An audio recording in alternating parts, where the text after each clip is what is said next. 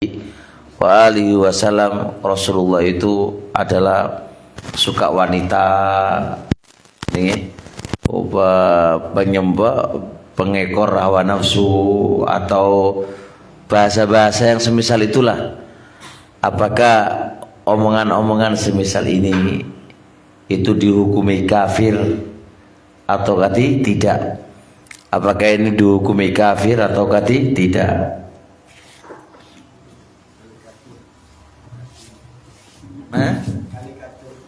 Iya.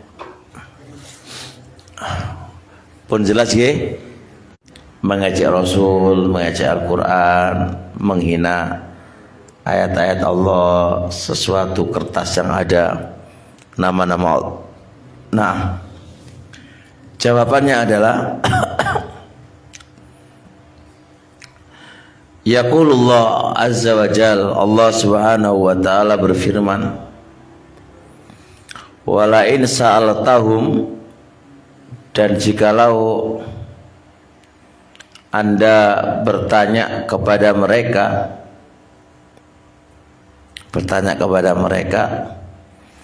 layakulunna, sungguh mereka akan menjawab,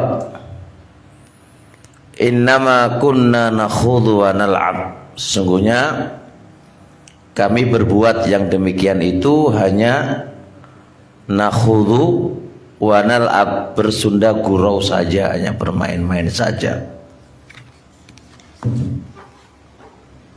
Ya, jelas ya? Paham maksudnya? Paham maksudnya kalau kamu bertanya kepada mereka, ini kasusnya mereka itu menuduh Nabi itu dibilang, tidaklah aku melihat orang yang paling besar perutnya kecuali Nabi, tidaklah aku melihat orang yang paling penakut dari peperangan kecuali Nabi. Lah ini. Nah, kalau aku tanya mereka kenapa sampai ngomong semisal itu? Kenapa mereka sampai ngomong semisal itu? Nah, maka dia jawabannya apa? Innama kunna nakhudhu wa nal'ab. Kami itu berbuat yang demikian itu apa? Hanya bersunda gurau saja, bermain-main saja. Nah, ini jadi mengejek tapi niatnya apa? Mengejek tapi bahasanya apa? Sunda gurau lah, iku piye hukumi? Jawabnya Allah, kul abillahi, katakan Muhammad, abillahi, apakah dengan Allah, wa ayatihi, dan ayat-ayatnya, wa rasulihi, dan rasulnya, kuntum tastahzi'una, kalian mengejek-ejek,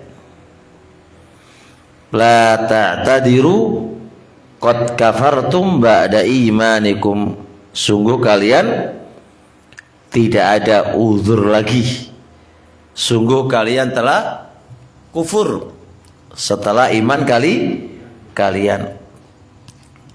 Coba lihat, Rasul mengatakan sudah tidak ada uzur bagi kalian, sudah nggak ada uzur bagi kalian, sudah nggak ada uzur bagi kalian. Kalian telah kufur. Kalian telah kufur setelah kalian beriman. Berarti apa? Perbuatan itu bisa mengeluarkan dari Islam. Makanya jangan memperolok-olok Allah, jangan memperolok-olok Rasulullah, jangan memperolok-olok apa? Ayat-ayat Allah, jangan memperolok syariatnya Allah. Ini bisa kafir. Bisa kafir loh ya, bisa kafir. Hati-hati. Kayak bahasa ada orang jenggoten lewat, dibilang apa? Kambing, kok apa? Apa sini? Ya dibahasakan kayak apa? Kayak kambing, kemudian dicaci maki, dia berolok-olok. Walaupun itu bahasamu guyonan, tapi itu hati-hati. Kalau Anda mengolok-olok syariatnya, maka bisa kafir Anda. Tapi kalau Anda mengolok-olok orangnya, maka Anda jatuh dalam perbuatan haram. Tapi kalau Anda mengolok-olok syariatnya, maka Anda telah kafir setelah Anda beriman. Kalau Anda mengolok Nabi, maka Anda telah kafir setelah iman. Tapi kalau Anda mengolok-olok koncomu dewi yang berjenggot tadi, mengolok-olok koncone lho Pak, maka itu berarti tidak kafir karena mengolok-olok orangnya. Paham nggih? Hati-hati jangan sampai gagal paham ya. Fadallatil ayatu, maka ayat menunjukkan ala anna, atas sesungguhnya manistahza'a, barang siapa yang mengolok-olok bila ajabi syara', atau mengolok-olok yang dibawa oleh syariat, kayak jenggot, kayak apa lagi, cingkrang, apa mana, cadar, kura-kura ninja, apa mana Pak, wes ya, dan bahasa-bahasa aliran cincong, ngerti cincong apa? Es cincong itu loh, dikira aliran cincong. Nah ini bahasa masya Allah.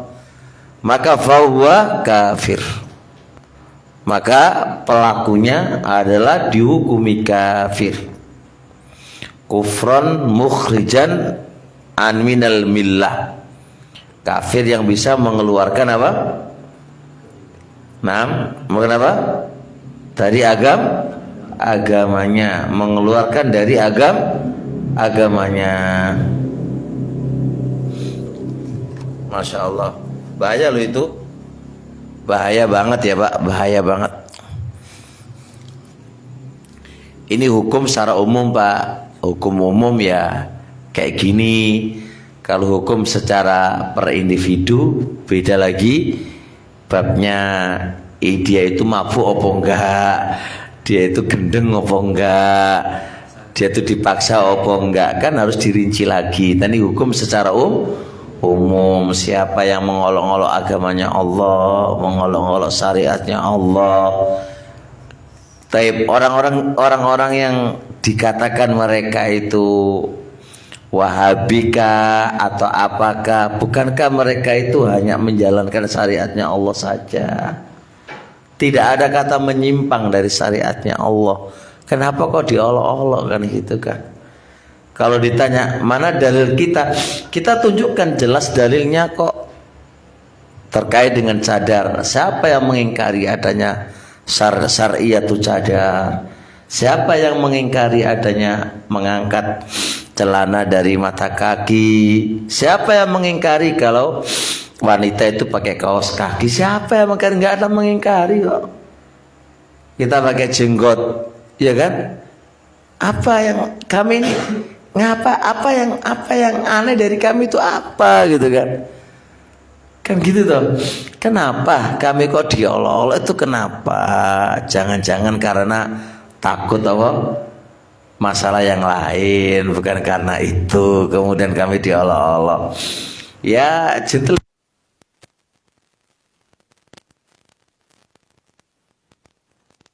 Ya tapi jangan kasih tahu ya. Kan gitu aja loh, gitu aja kok repot gitu loh. Nah makanya ini bahaya sekali, nggak bahaya tak cungunui, bahaya banget ya, bahaya ngolok-ngolok agama Allah itu bahaya sekali. Hati-hati. Taib ya, jelas insyaallah. Nah,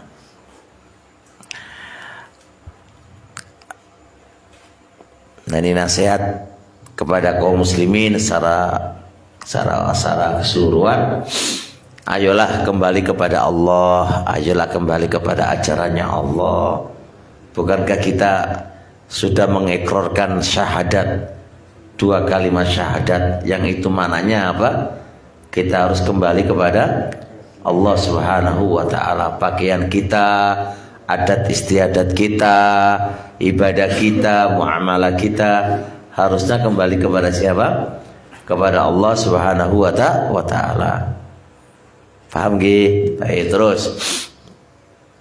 Wa in kana al-istihza'u bid-din, dan jikalau mengolok-olok di dalam urusan agama, mengolok-olok dalam agama, ya, kata agama ini butuh dirinci Pak. Fayakunu bitafsil, maka itu butuh dirinci. Apa yang dimaksudkan dengan agama? Kalau dia mengolok-olok zat agamanya, maka dia kafir. Tapi kalau dia mengolok-olok pelaku pemilik agama, maka tidak kafir. Kayak contoh, orang mengolok-olok orang yang mengolok-olok agama, berarti ngolok-olok syariat, kayak jenggot, kayak cadar. Kalau dia mengolok-olok zat cadarnya, zat apa itu jenggotnya, mengolok-olok apa itu cingkrangnya, ngolok-ngolok ini, itu berarti dia kafir Pak. Tapi kalau dia mengolok-olok apa pelaku daripada syariat, pelaku syariatnya, orangnya maksudnya, itu berarti orang ini apa? Tidakkah kafir, hukumnya haram karena mengolok-olok temannya, mengolok-olok saudara-saudaranya. Wes, bisa dipahami kan? Hati-hati jangan sampai keliru. Nggak seneng tuh hati-hati, ngono nggak seneng keblabasan apa? Mencaci maki, ngelokno syariat. Hati-hati. Makanya saya katakan kepada kalian, contoh ibu-ibu yang nggak seneng dipoligami, ya. Hati-hati jenengan ojo sampai gak anti poligami, mari ngono ngolok-ngolok syariat poligami, iso kafir lho Bu. Ojo diolok-olok syariati. Jenengan gak gelem iku hak jenengan. Gak gelem dipoligami niku hak jenengan, tapi ojo sampai mengolok-olok syariate Nabi. Opo poligami gendeng to. Nah ngono lho, digendeng-gendengno poligami ini. Ya ojo, nggak seneng monggo. Maksudnya nggak seneng, nggak pengen dipoligami monggo. Niku urusannya jenengan kalau bojone sampean. Urusan dalam negeri niku urusannya jenengan. Tapi ojo sampai jenengan ngolok-ngolok syariatina Nabi. Makanya Nabi ku lho vedoan, waduh ngono iso kafir awakmu niki iku. Paham nggih, ibu-ibu pun pudeng pin. Ibu-ibu nek kok menengai. Nggih. Kula mboten nglarang ibu-ibu jenengan mboten purun ku mboten napa-napa. Niku hak jenengan. Tinggal jenengan komunikasi kali bojone jenengan. Niku urusan dalam negeri. Sing kula pengin niku ojo sampai gak seneng, gak pengen dipoligami, mari ngono ngolok-ngolok syariate niku mboten angsal. Iso uga jenengan niku iso kafir sebab jenengan mengolok-olok. Aku berat dipoligami niku hak jenengan mboten napa-napa. Wis. Nah, para bapak-bapak ojo kok bojone gak gelem dipoligami disindiri terus. Sindiri wis ngaji kok ora oleh poligami. Yo gak oleh ngono. Yo dia gak boleh senjenengan poligami itu pasti ono alasane, ono sebabe. Ibu-ibu niku gelem-gelem wayasi niku. Cuma masalahnya kamu terus sebagai laki-laki koyoke ora pantes poligami, koyoke ngono lho. Soale ora genah blas ngono lho. Bojo siji wae ora genah kok. Pemane bojo akeh. Ngono maksud ibu ya. Lho cocok ibu-ibu. Ngoten lho. Makanya coba jenengan lihat ceramah kula Judul ini ku hadiah terindah untuk istriku. Hadiah terindah untuk istriku. Kira-kira jenengan dari judul ini apa maksudnya? Bukan menyuruh poligami, enggak Pak. Hadiah terindah itu ada tiga tema. Hadiah pertama berupa komitmennya seorang suami kepada istri. Komitmen, aku sebagai istri harus memuliakan kamu, aku sebagai suami harus memuliakan kamu, harus mensejahterakan kamu, saya harus begini-begini. Itu namanya suami, itu namanya kado terindah berupa komitmen. Suami bisa membahagiakan istrinya, gitu loh, menyamankan. Yang penting itu istri bisa nyaman di sisi kamu.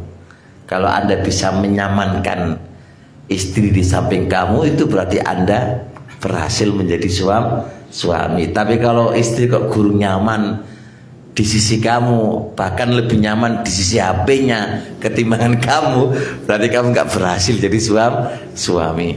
Nanti kalau ditanyai, ibu jenengan lu aman nyaman kali bujut apa kalau HP? Ya Bu? Hah? Dua-duanya. Wah, ya ora oleh no. Ora oleh no, iku jenenge ada hati sih. Itu jenenge gagal dalam gagal.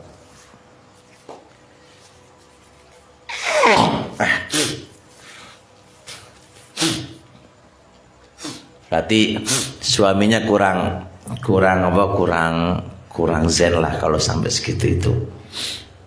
Kurang apa jenenge ini membahagiakan. Jadi ayo teman-teman semuanya, para suami, bahagiakan istrimu. Apalagi istrimu satu ayo ora iso membahagiakan, rugi.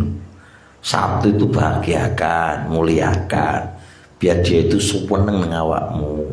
Kalau sudah suweneng kan, insya Allah njaluk opo lo dituruti, njaluk bojo 5 lo dituruti.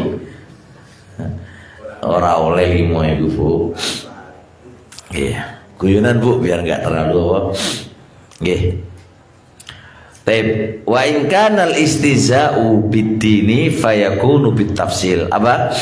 Wa in kana yuridu bid-dini nafsihi, jikalau yang diinginkan itu adalah zat agamanya yang dicaci maki, itu yang diolok-olok itu zat agamanya, fayakunu kafiro, maka berarti dia dihukumi kafir karena mengolok-olok agama. Wa in kana yuridu bihi sahibaddin, tapi jikalau yang dia inginkan itu adalah pemilik agama, paham ya? Orangnya fayakunu muharrama, maka dihukumi haram. Jadi kalau jenengan tadi itu bukan jenggotnya yang diolok-olok, tapi apa? Orangnya yang diolok-olok, maka berarti itu dosa, hukumnya haram. Baik. Paham insyaallah ya? Apa sama mengolok-olok sama bercanda? Bercanda itu ono unsur mengolok-olok. Kalau bercanda kan lebih umum tuh. Ya kan? Tapi kalau bercanda itu ono unsur mengolok-olok masuk. Bercanda nggak berfungsi. Karena urusan agama tidak butuh dicandai, gak usah digeguyonan. Ya. Nah, aku juga khawatir, mohon maaf, yang baru dilakukan kemarin itu kan ada apa, jubahan laki-laki terus meteng ya ora, terus apa model ngono ku ya, aduh iki kalau sampai tujuannya ngolok-ngolok agama iki ya berat banget itu Pak nggih. Ada kan itu? Napa? Lah aku wis merahasiakan bahasanya aja dengan iki suka terus terang wae. Iya, ini kan bahaya banget kalau sampai apa jenenge agama digiwi aneh-aneh di situ, Pak. Ya, saya mending Joget-joget itu saya mending lah. Ya toh?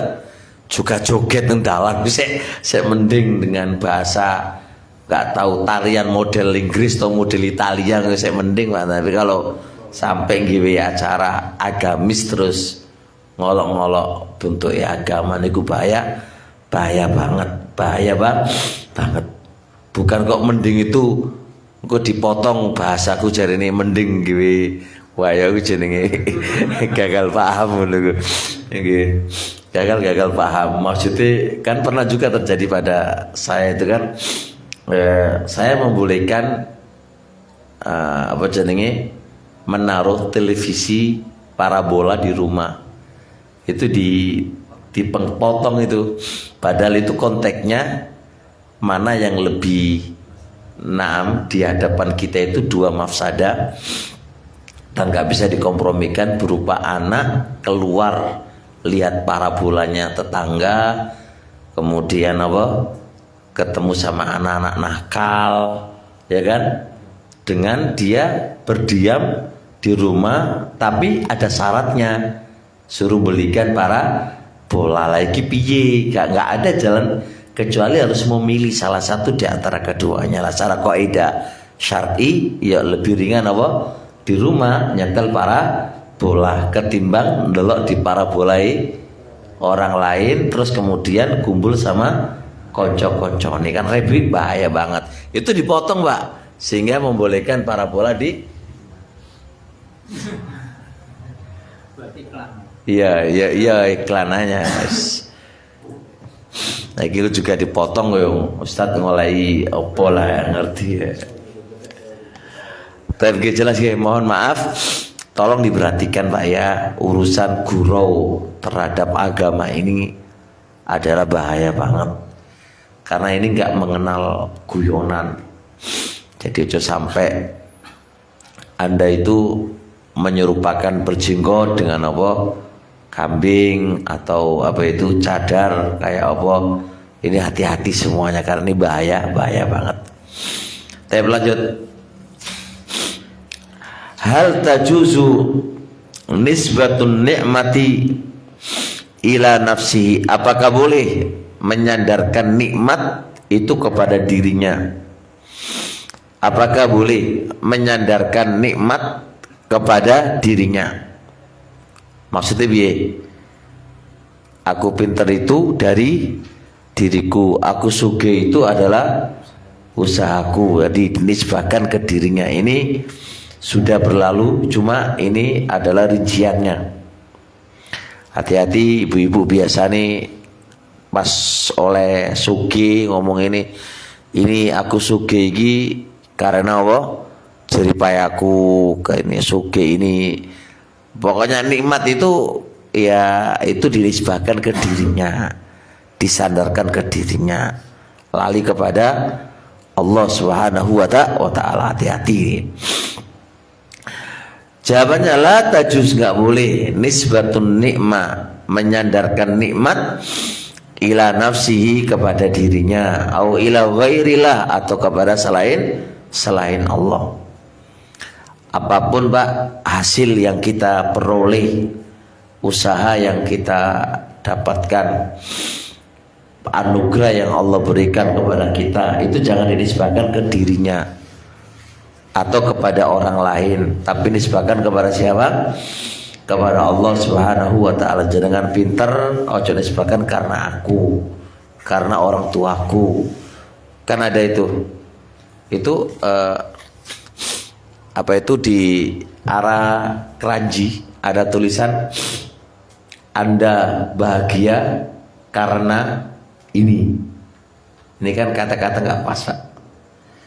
Anda berhasil, bukan bahagia berhasil. Anda berhasil karena fakultas ini. Ini bahaya, ini bahasa ini. Ya seakan-akan penjamin keberhasilan adalah kampus. Itu keliru banget Pak.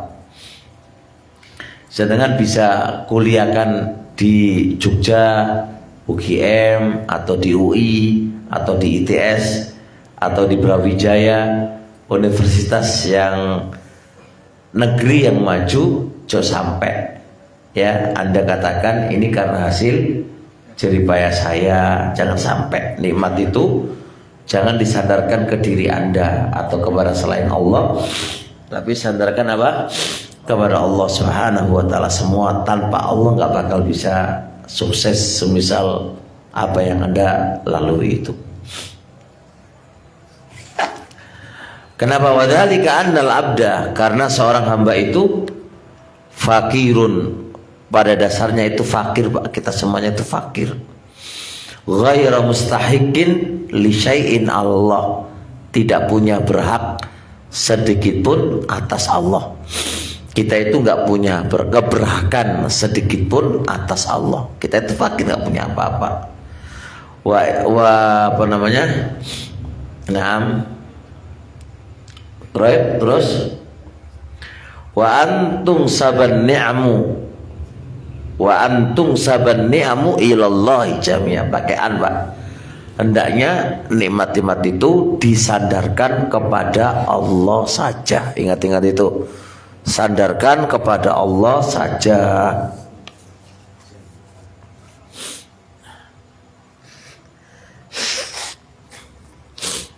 Nih seringnya ayah dan bunda, biasanya ini ayah dan bunda, ketika Anda berhasil mendidik anakmu, baik anakmu itu hafal Quran atau anakmu soleh dan soleha, jangan lupa Pak, kembalikan ke Allah Subhanahu wa taala.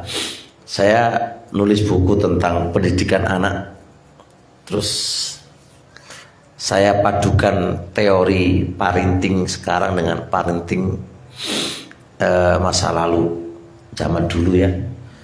Dan kita nggak bisa parenting sekarang menjadi tolak ukur keberhasilan dalam pendidikan anak, nggak bisa. Saya bisa analisis begitu. Jadi parenting yang justru berhasil itu adalah parenting langit, Pak, bukan parenting dunia. Parenting yang sekarang ini kan pemaduan antara psikologi dengan apalah, yang mana itu rata-rata pengambilan dari barat. Nah, secara psikologi secara gini oke lah, tapi nggak bisa dijadikan aturan pokok atau teori pokok langsung berhasil, nggak bisa. Kenapa? Secara logika saja loh, Pak ya. Teori itu kan berkaitan dengan benda hidup, kemudian dari bapak ibu yang berbeda. Teori kamu itu di sini berhasil, ya kan? Belum tentu teori kamu itu berhasil di tempat yang lain. Dikarenakan apa? Dikarenakan bapak ibunya berbeda.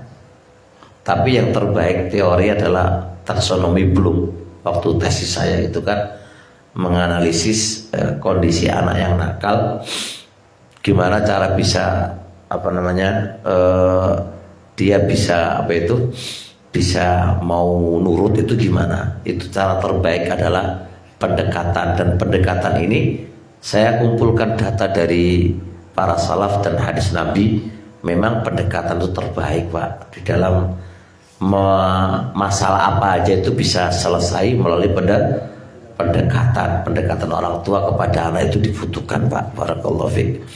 Baik itu hiwar hadi, diskusi secara indah, diskusi indah itu dibutuhkan.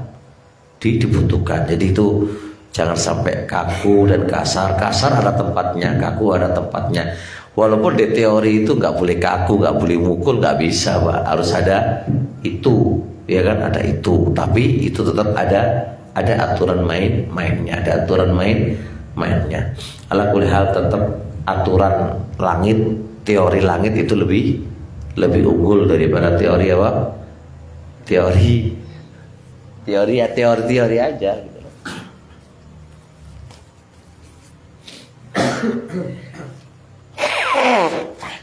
Nah, ini terkadang ayah dan bunda itu kalau pas anaknya berhasil sering ngomong tetonggo-tonggo nih, iki karena bapak nih iku semangat. Jangan gitu, itu bahaya banget. Sandarkan ke Allah, ini semua adalah anugerahnya Allah. bisa liyabluwani nashkuru am nakfur. Allah nguji kita, apa kita bisa itu syukur atau kita bisa kufur. Semua yang terjadi Pak, baik itu nikmat atau bukan nikmat, itu apa?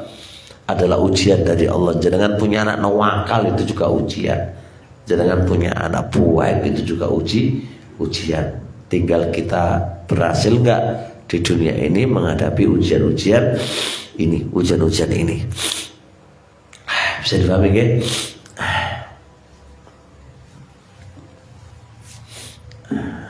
Kita lihat, wangdur, coba lihat kisah Qarun, kisah Qarun. Ngerti Qarun nggih? Kenapa nggak Qarun? Sinten Qarun niku? Hidup di zaman siapa? Nabi Adam atau Nabi Nuh? Qarun niku hidup di zaman Nabi Adam atau Nabi Nuh? Nabi Nuh. Masa Nabi Nuh, Pak? Nabi Musa no, kaumnya Nabi Musa no. Aku bisa dibikin air panas ya?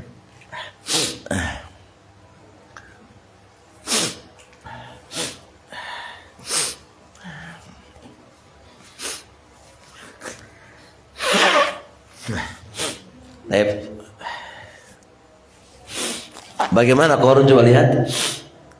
Lamma qal, ketika dia mengatakan innama utituhu ala ilmin indi. Alhamdulillah. Qarun itu dapat duit sebanyak itu, harta sebanyak itu.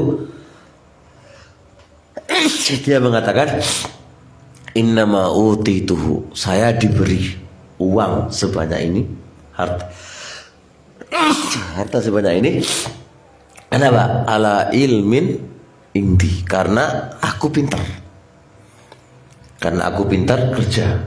Karena aku punya pengetahuan di dalam kerja. Coba lihat, menisbahkan, menyandarkan uang-uang atau harta yang dia kumpulkan itu disandarkan kepada ilmunya dia.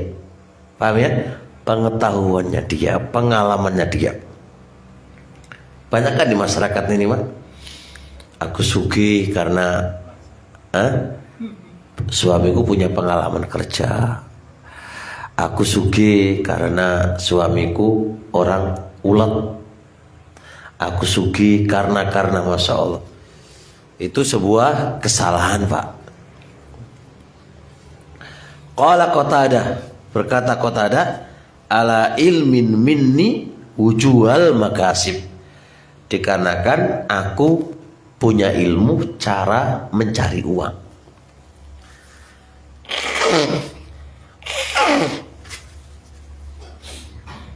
Lihat Qarun, Pak, dia bilang apa? Ini duit-duit ini kan ceritanya gimana? Pas dimintai apa? Dimintai zakat, dimintai apa? Jawabannya apa? Diingatkan, bukankah kamu dulu itu orang nggak punya gitu kan? Kata siapa, ngawur kamu katanya. Ini semua karena aku pintar mencari uang, kan gitu ya? Karena aku pintar mencari uang. Coba lihat, ini kufur, Pak.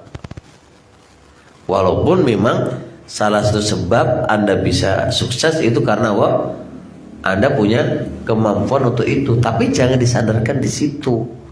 Sandarkan kepada siapa? Allah Subhanahu wa taala. Katun guyonan, kok antum dapat istri cantik ya? Siapa dulu dong? Aku kok. Jadi guyonan tapi nggak bener, Pak. Ya kan? Anaknya bilang, Papa kok punya mobil baru? Oh, ini apa abimu ini? Masya Allah, ini ada. Itu salah, Pak. Sandarkan, nah, semua dari Allah. Ini anugerah dari Allah. Kembalikan ke sana Allah. Ini kan kadang-kadang Bapak Ibu kan lali orang ngomong ini. Ditonjolkan dirinya di depan orang lain. Masya Allah, lihat. Fatamamut tauhid, maka penyempurna tauhid hamba. Idzan, kalau begitu, ayyujillal abdu rabbahu, hendaknya seorang hamba itu yujilla, mengagungkan Rabbnya, wa yu'allimahu, dan mengagungkan Rabbnya, wa alla ya'taqida annahu mustahiqun ni'am, dan hendaknya dia meyakini bahwasanya dia tidak berhak mendapatkan nikmat. Hamba itu nggak punya hak untuk mendapatkan nikmat kalaulah bukan pemberiannya Allah. Aw annahu utitu bijuhdihi wa jihadihi wa amali. Jangan sampai dia mengatakan aku dikasih ini karena jerih payah aku, kesungguhanku, karena kerjaanku. Jangan sampai ngomong kayak gini, Pak. Bal huwa fadlullah, bahkan hendaknya dia meyakini ini semua anugerahnya Allah. Yu'tihi man yasha, Allah berikan kepada orang yang Allah kehendaki. Jadi aja sampai ngomong aku iso ngene iki karena jerih payahku, aku iso ngene iki karena kepintaranku, aku iso ngene iki karena aku bercapek-capek dahulu, aku iso ngene, walaupun itu secara real kenyataannya memang benar. Tapi ingat, usaha kamu itu nggak akan berarti kalau nggak Allah izinkan. Tetap salah, Anda tetap salah. Tetap salah.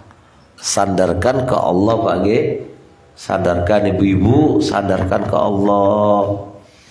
Yeah.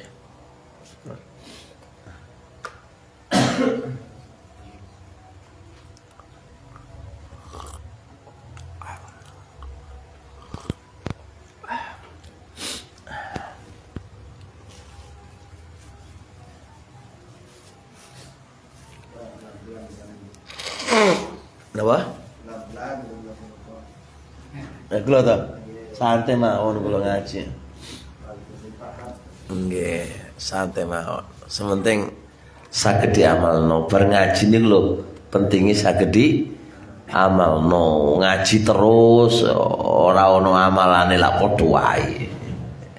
Sing penting iku saithik tapi sempenting lu swarga wis.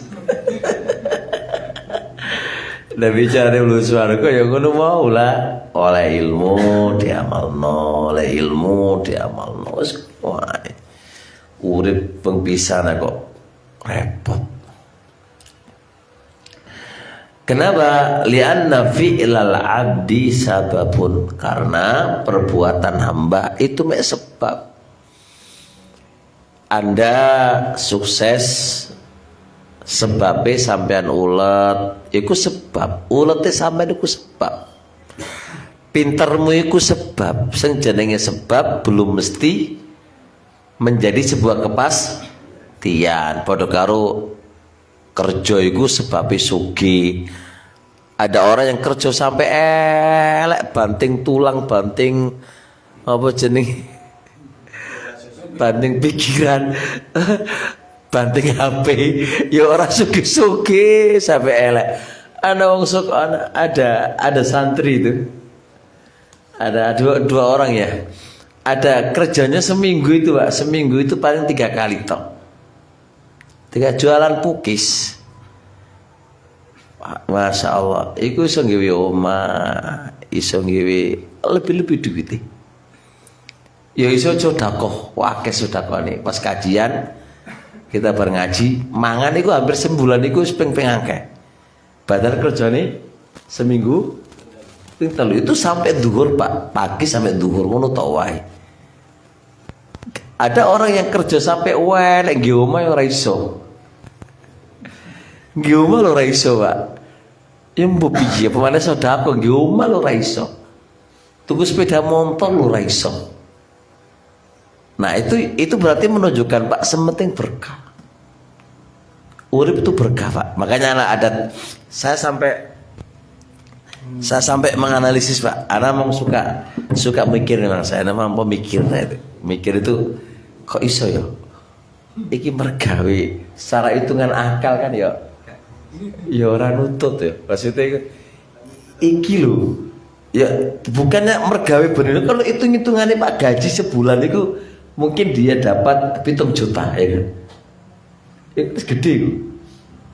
Bojo kerja lanang ya kerja bayangkan. Mergawe ku wis ora anu, Pak. Ya omah lho ora iso. Montang-manting lho. Ini kula apa coba ya? Saya sering menganalisis, Pak. Saya sering mikirin. Sebenarnya hanya satu. Manajemen ilahi itu ojo dilupakan. Manajemen Allah itu jangan dilupakan.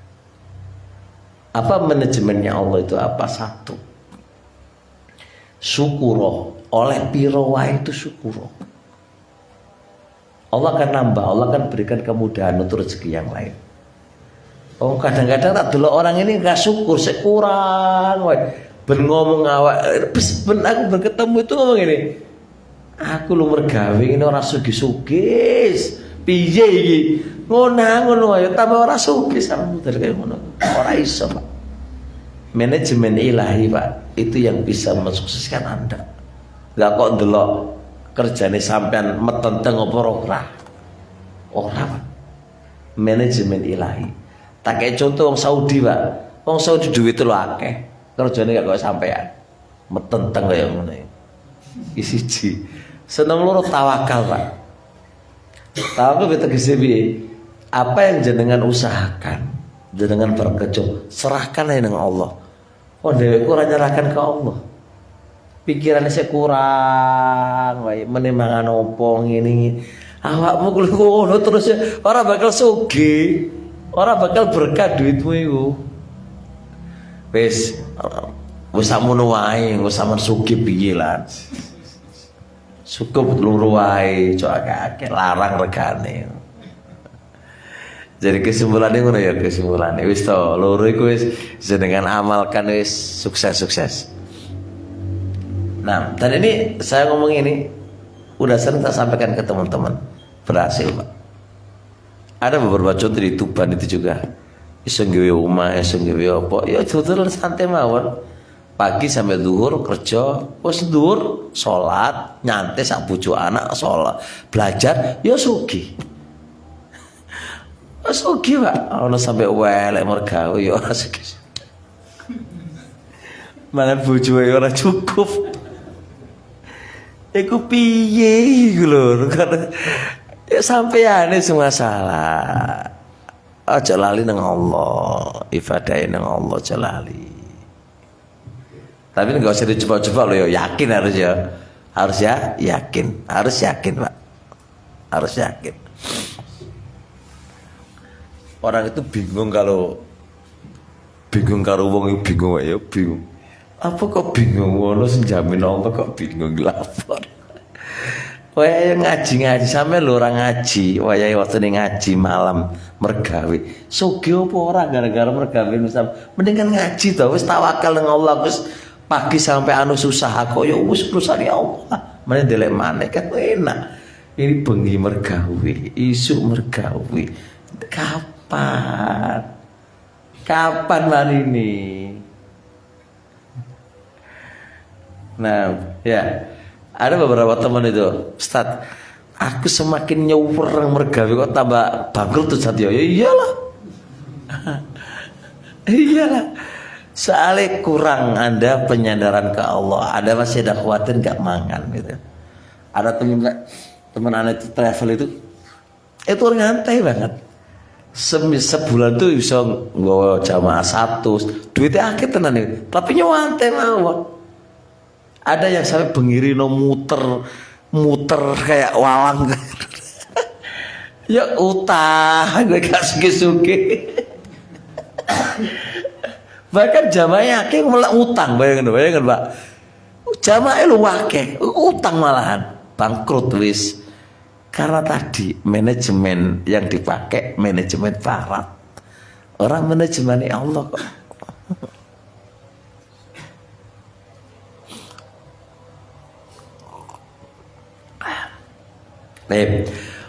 Wahada sabab, dan namanya sebab qad yatakhallaf, terkadang tidak berfungsi. Wa qad yakunu mu'athiran, terkadang bisa berfungsi. Yang jenenge sebab kan Pak, Sebab itu bisa berhasil, bisa tidak berhasil. Yang bikin berhasil siapa? Ya Allah. Pokoknya ono di atas langit. Ini pusat berpusat. Apa jenenge ini? Dekengane pusat. Sementing dekengane pusat. Pusat itu siapa? Allah loh, dekengane Allah wis. Tapi perkataan seperti itu tidak apa-apa Ustaz? Ya bener dekengane pusat. Pusat lah Allah toh. Pusat TKB lah Allah segala sentral semua kesuksesan nopo orang kan Allah. Dikatakan pusat itu pusat pemerintahan. Iya, diterangkan Mbak, sentral semuanya itu kan Allah, pusatnya kan Allah. Bahasa aja itu. Tapi ya, coba kita semuanya harus anulah kembali kepada manajemen Allah, jangan sampai awal dewi keluar dari aturan Allah justru malah nggak berhasil. Coba mulai dari kita lah, sedikit dapat nikmat langsung puji Allah, puji Allah. Saya nggak jenengan Pak, setelah ngaji ini alhamdulillah hari ini aku duwe ilmu gitu kan. Kira-kira pernah mikir gitu nggak? Saya nyoba menjalankan ilmu salaf Pak. Walaupun saya makan apa ya, saya duduk sebentar, saya nikmati, alhamdulillah Allah ngasih aku makan. Coba jenengan latih kayak gitu, itu pasti ada kenikmatan tersendiri.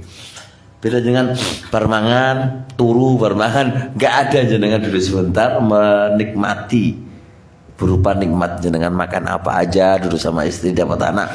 Jenengan coba, itu kan termasuk zikrullah itu.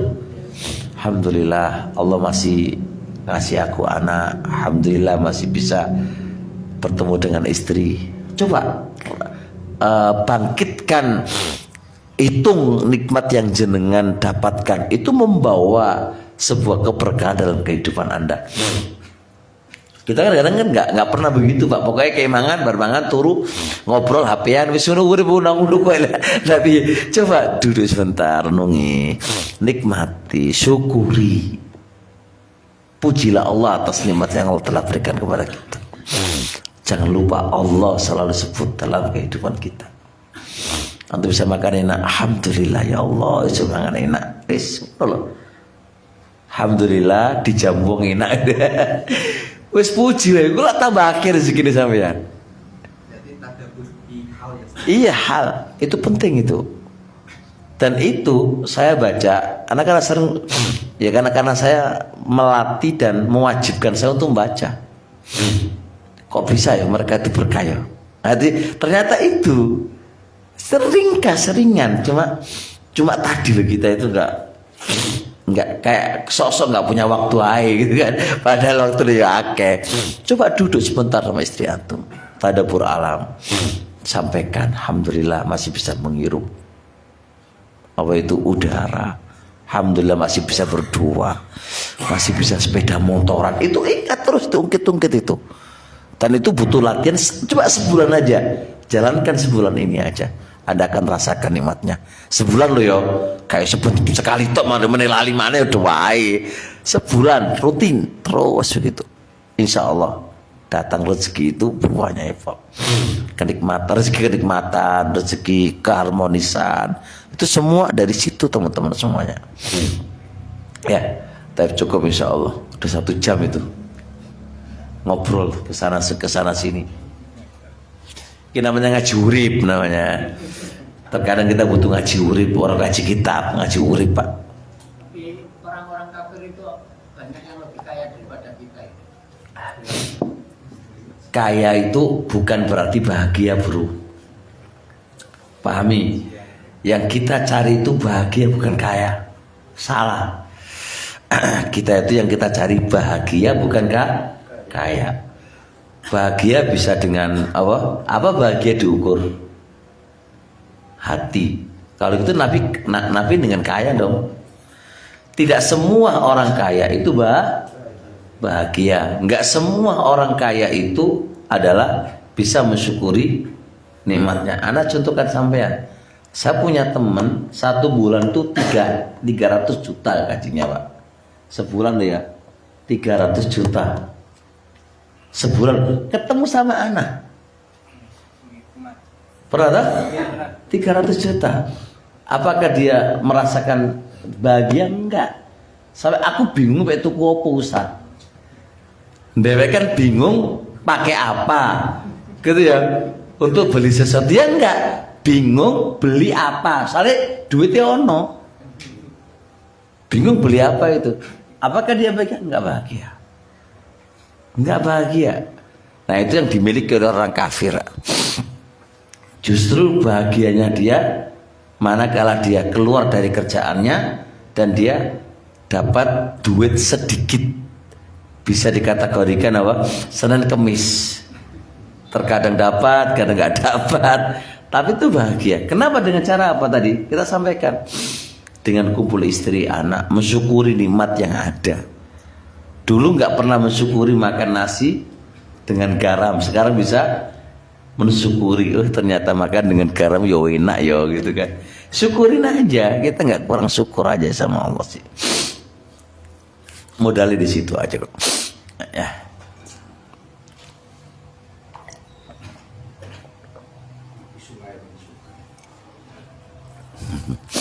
Assalamualaikum warahmatullahi wabarakatuh.